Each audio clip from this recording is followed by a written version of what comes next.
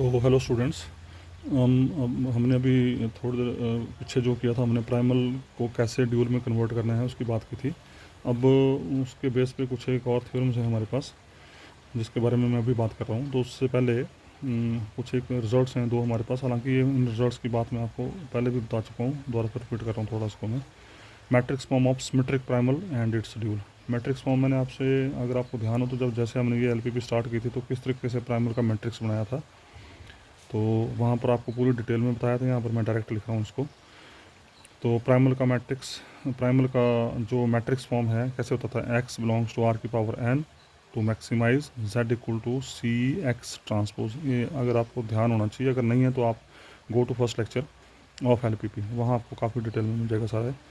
ठीक है जी। Z is equal to C x transpose where C is again N tuple subject to constraints ax less than equal to b, b is r की power m, b belongs to r की power m, मतलब b is of m to type, capital x is greater than equal to 0 and ये a जो होता था this is of m cross n order matrix.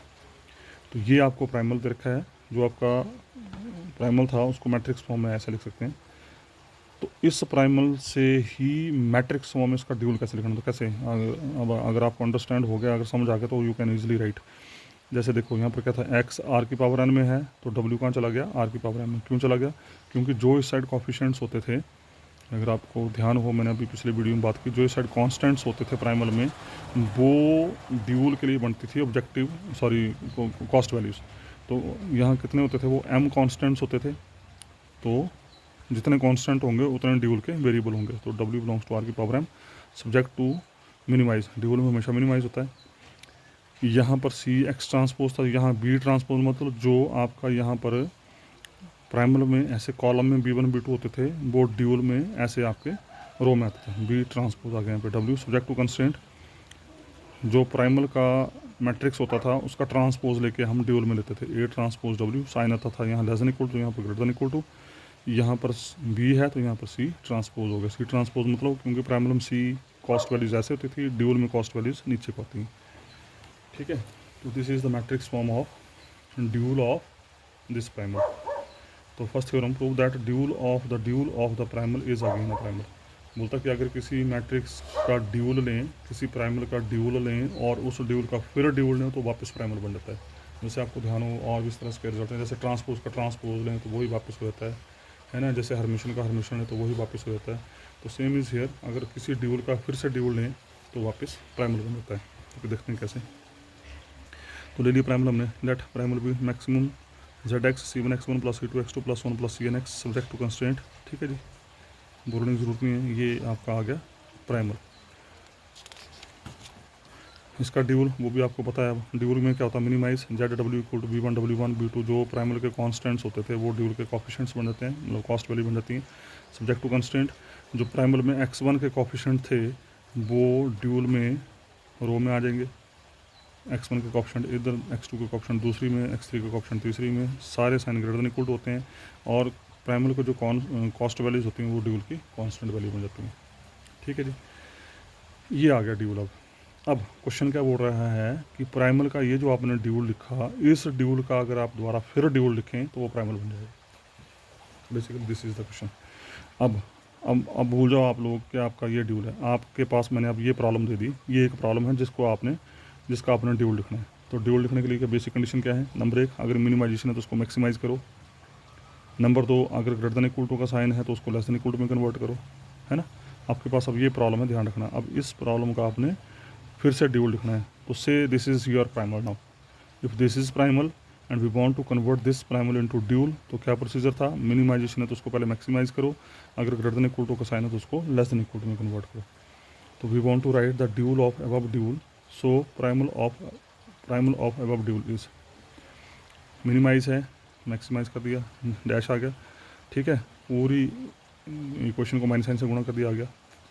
Subject to constraints, सारी questions में greater than equal to का sign है तो minus sign से गुणा कर दिया, लेस देन इक्वल टू में कन्वर्ट कर दिया। ठीक है, अब ये आपके पास नई प्राइमल बन गई। तो अब इस प्राइमल का आपने लिखना है ड्यूल। तो कैसे लिखेंगे ड्यूल विल भी, कैसे बनता था बोलो ज़रा, सोचो ज़रा। अब ड्यूल के लिए यहाँ पर प्राइमल में अब W यूज़ हो रहा है तो हमने ड्यूल, इसका जब ड्यूल लिखना तो मैंने वो यूज़ कर दिया वेरिएबल। ठीक है, वेरिएबल आप जो मर्जी चूज़ करो, वैल्यू में कोई फर्क नहीं पड़ता, वेरिएबल की कोई प्रॉब्लम नहीं है। तो we want to minimise, dual में क्या होता है मिनिमाइज, ठीक है।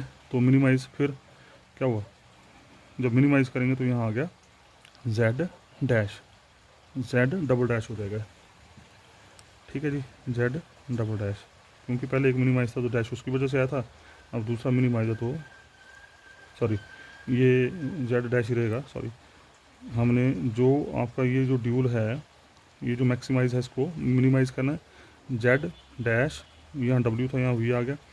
अब इस प्राइमल के जो कांस्टेंट हैं वो इस ड्यूल के क्या बन जाएंगे, कॉस्ट वैल्यू बन जाएंगी, ठीक है। अब इस प्राइमल के जो W1 के कॉफिशिएंट हैं वो इस ड्यूल के रो में आ जाएंगे, कितने हैं, अब कितने कॉन्स्टेंट्स हैं देखो ज़रा, कितने कॉन्स्टेंट्स हैं, n कॉन्स्टेंट, तो कितने वेरिएबल आ जाएंगे इसमें, n आ जाएंगे, तो उसमें क्या बन जाएगा -a11 v1 -a12 v2 minus सोन -a1n vn, ध्यान रखना ये n है इसे। फिर W2 के कॉफिशिएंट दूसरी क्वेश्चन में सेम वैसे, ये देखो W2 के एक ऑप्शन इसमें आ गए, साइन ड्यूल लिख रहे हैं ग्रेटर देन इक्वल टू आ गया, और इस साइड जो इस प्राइमल की जो कॉस्ट वैल्यूज़ हैं, इस प्राइमल की जो कॉस्ट वैल्यूज़ हैं वो यहाँ पर कांस्टेंट बन जाएंगी, ठीक है जी। अब इसको मैं थोड़ा अरेंज करके लिख रहा हूँ, अरेंज कैसे कर रहा हूँ इसको, मैंने क्या किया, ये मिनिमाइज है, इसको मैक्सिमाइज में कन्वर्ट किया, जैसे मैक्सिमाइज में कन्वर्ट किया तो z डैश हट जाएगा, सारे माइनस साइन से गुना किया तो क्या बन जाएगा C1 V1 plus C2 V2 plus 1 plus CN VN, proper way में लिख रहा हूँ आप इसको, ठीक है। यहाँ मैं सारे greater than equal to sign खत्म कर रहा हूँ, तो greater than equal to sign खत्म करने के लिए क्या करना पड़ेगा, every equation is multiplied by negative sign on both side, दोनों साइड माइनस साइन से मल्टीप्लाई कर दो, जैसे माइनस साइन मल्टीप्लाई करेंगे तो ये बन जाएगा। अगर आप इस सिस्टम को, ये जो मैंने भी लिखा ध्यान दें ज़रा, इस सिस्टम को अगर आप जो ओरिजिनली गिवन आपका प्राइमल था उसके साथ कंपेयर करें तो क्या फ़र्क है देखो ज़रा, वहाँ था x1 x2 सोन xn, यहाँ पर है b1 b2 सोन bn, सिर्फ वेरिएबल चेंज हो बाकी कुछ नहीं, और वेरिएबल आप जो मर्जी लिखते रहो, आप चाहे x1 x2 xn लो, चाहे b1 b2 bn लो, क्या फ़र्क पड़ेगा उसको। तो this system is nothing but this is same as your original primal of this question. तो इसका मतलब क्या हुआ, आपने क्या किया था, प्राइमल ये था, उसका ड्यूल लिखा, उस ड्यूल का फिर ड्यूल लिखा, फिर जो ड्यूल लिखा वो ये आया, and this dual is nothing but this is itself original primal. तो इसका मतलब क्या हुआ, hence dual of any primal is again a primal. Therefore if we replace v by x, अगर यहाँ पर मैं vi को xi से रिप्लेस कर दूँ, and clearly dual of given primal is given primal again, ठीक है। तो ये क्वेश्चन काफ़ी इंपॉर्टेंट है, कई बार आया है पेपर में। उसका next theorem is again simple one, let capital X be any feasible solution of primal problem and W be a solution of dual problem. अब आपको क्लियर हो गया सारा, X for primal problem and W for dual problem. तो X हमने ले लिया primal problem का फिजिबल सोल्यूशन, एंड W ले लिया हमने ड्यूल प्रॉब्लम का फिजिबल सोल्यूशन। तो हमने प्रूव करना है CX ट्रांसपोज, ये आपको पता होना चाहिए, प्राइमल प्रॉब्लम का ऑब्जेक्टिव फंक्शन होता है, ये ड्यूल प्रॉब्लम का ऑब्जेक्टिव फंक्शन है। तो हमने प्रूव करना है कि प्राइमल का ऑब्जेक्टिव फंक्शन की वैल्यू हमेशा ड्यूल के ऑब्जेक्टिव फंक्शन की वैल्यू के छोटी होगी या एट द मोस्ट बराबर होगी, या we can write zx is less than equal to zw, this is zx, this is zw। तो it is simple one, no problem. तो गिवन कैपिटल X भी द सोल्यूशन ऑफ प्राइमल, अभी matrix form में लिख रहा हूँ मैं, x belongs to r की power n, maximise zx equal to c x ट्रांसपोज c बिलोंग्स टू r की power n, subject to constraint ax less than equal to b and b belongs to r की power n। अभी आपको चीज़ें याद हो जानी चाहिए, x greater than equal to, ये प्राइमल है, तो ये प्राइमल की मैट्रिक्स फॉर्म है। तो इस मैट्रिक्स फॉर्म प्राइमल की ड्यूल मैट्रिक्स फॉर्म क्या होगी, वो भी अभी मैंने लिखवा दिया, पीछे आपको बता दिया। Dual W belongs to r की पावर n, ड्यूल में मिनिमाइज होता रहता है, यहाँ पर c की जगह b ट्रांसपोज आ जाएगा, b बिलोंग्स टू r की power m, subject to constraint, यहाँ पर आ गया a transpose W greater than equal to, dual में greater than equal to c transpose, c belongs to r की power n, W greater than equal to 0। x belongs to r की power n का मतलब x is of n tuple type, w belongs to r की power m means w of m tuple type, b belongs to r की power m means b is of m tuple type, again c belongs to r की power n means, अगर आप ये लिखना चाहें तो लिखें, नहीं लिखना चाहें तो कोई ज़रूरत नहीं है।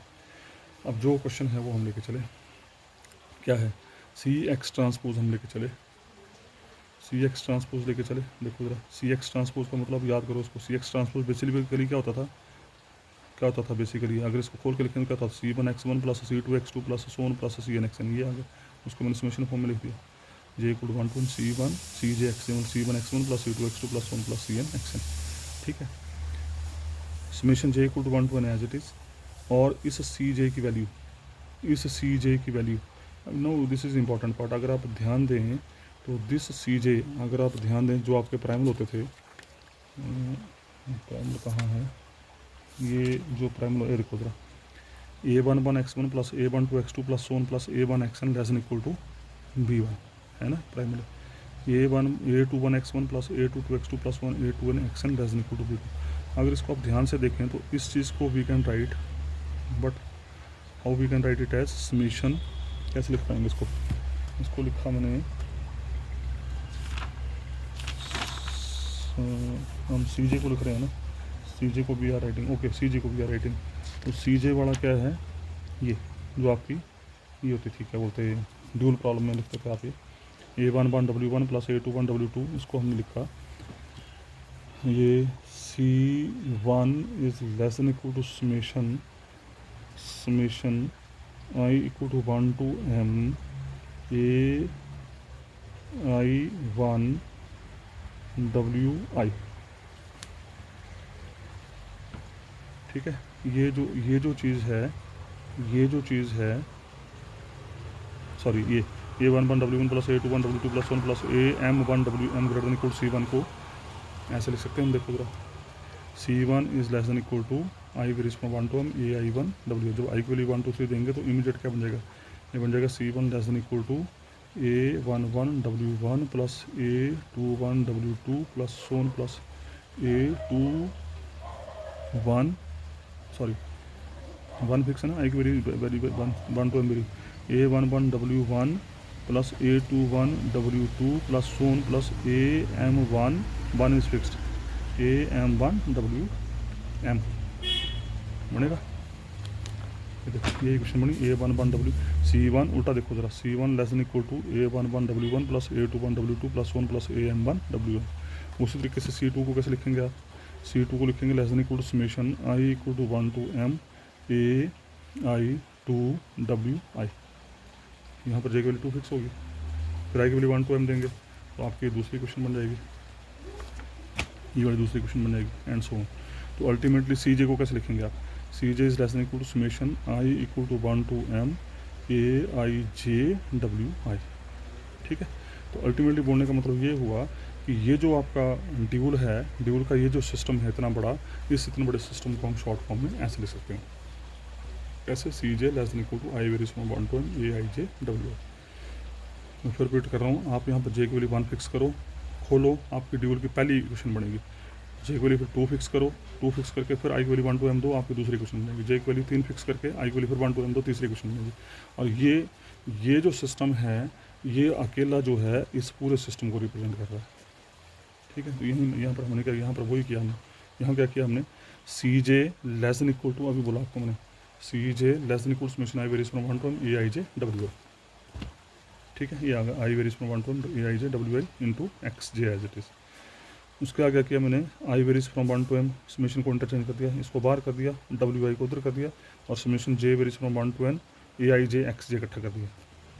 और दिस इज़ नथिंग व्हाट, इसको अगर देखें आप तो this is nothing what, this is your ai1j क्या होता था, ai1j कौन सी होती थी, प्राइमल की इक्वेशन।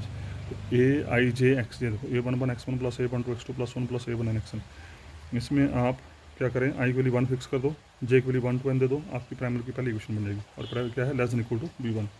फिर यहाँ पर आप जे की वैल्यू आई की वैल्यू 2 फिक्स कर दो, जे की वैल्यू 1 to n दे दो, आपकी दूसरी इक्वेशन बन जाएगी less than equal to b2। तो इन जनरल क्या हो जाएगी, तो summation j varies from 1 to n ai1j क्या बन जाएगा, लेस देन इक्वल टू, ये क्या बन जाएगा, bi, ठीक है, प्राइमल से less than equal to bi। और जो लेफ्ट साइड में था वो सी एक्स लेके चले थे आप, तो summation j varies from 1 to m wi का मतलब क्या होगा, इसको खोलो जरा, क्या बन जाएगा, b1 w1 plus b2 w2 plus so on plus bm wm, और this is nothing but this is your objective function of dual. तो ऐसे लिखो या ऐसे लिखो, एक ही बात है। और इसको हम क्या बोलते हैं, z(x), इसको क्या बोलते हैं हम zw, और यही हमने प्रूव किया था, ठीक है जी। तो इसको मैं यहीं स्टॉप कर रहा हूँ, क्योंकि अगली थ्योरम थोड़ी लंबी है और थोड़ी डेंजरस भी है, उसको टाइम भी लगेगा, तो उसको हम नेक्स्ट वीडियो में देखते हैं फिर। Okay, thank you very much.